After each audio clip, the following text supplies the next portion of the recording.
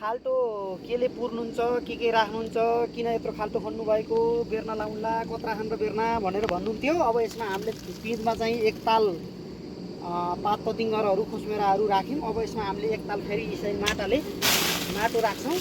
अब माटो राखिसकेपछि फेरि अर्को ताल हामीले अर्को मोलहरू यसरी राख्छौँ।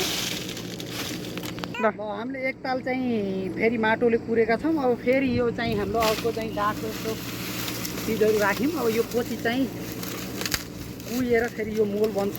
माटोले कुकुलो पनि बनाउँछ र सुन्तला चाहिँ लामो फल्नको लागि यसले सहयोग गर्छ।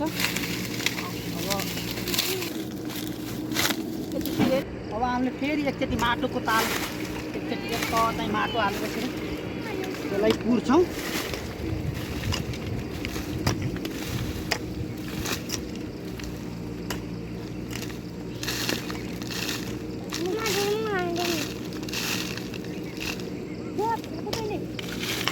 अब हामीले फेरि एक ताल फेरि एकचोटि मोल हालेका छौँ। मोल हालेपछि हामीले यसलाई फेरि माटोसँग मिलाएर यसरी हामीले फेरि यसलाई पुर्छौँ।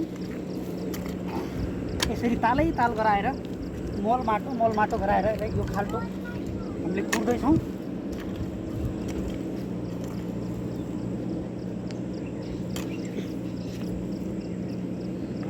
अब एकचोटि हामीले एक ताल मोल हालिसकेपछि फेरि पुनः हामीले यहाँ हरियो चाहिँ यस्तो छातो मल चाहिँ यसरी हालेर फेरि एक ताल एकदम माटोसित मिलाउँदैछौँ। र फेरि हामीले यसलाई पुरेर फेरि एक ताल चाहिँ मोल हाल्छौँ। मोल हालेर पुरेपछि अब यसमाथिबाट बल्ल हामीले यो सुन्तलाको बेर्ना लगाउने भनेर। अब हामीले फेरि पुनः एकपटक चाहिँ मोल हाल्यौँ। अब मोल हालेपछि यसलाई फेरि हामीले पुर्छौँ। अब यो पुरिसकेपछि यो चाहिँ बेर्ना लाउनको लागि यो खाल्टो अब तयार भइसकेको छ। अब यो बर्खा सुरु भइसकेपछि असारको 15-16तिर हामीले यसमा अब बेर्ना रोप्छौँ। यसलाई ठिक्क पारेर हामीले राख्छौँ। बेर्ना रोप्नको लागि यो खाडल अब चाहिँ पूर्ण रूपमा तयार भइसकेको छ।